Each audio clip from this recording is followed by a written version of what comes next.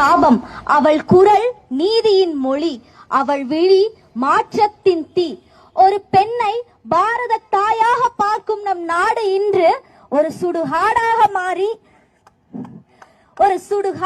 மாறி இருக்கிறது.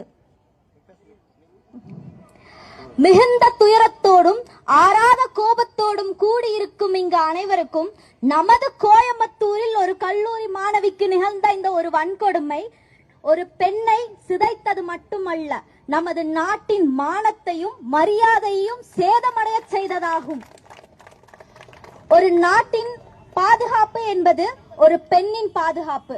மகளிரை பாதுகாக்காத இந்த அரசு 4 ஆண்டு வளர்ச்சியை பற்றி பேசலாமா? நமக்கெல்லாம் என்ன வேணும்? ஓசி பஸ் வேணுமா? ஓசி பஸ்ஸா வேணும்? பாதுகாப்பு வேண்டாம், வேண்டாம்.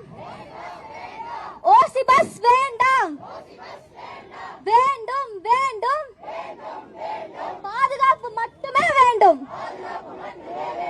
வேண்டாம், வேண்டாம்.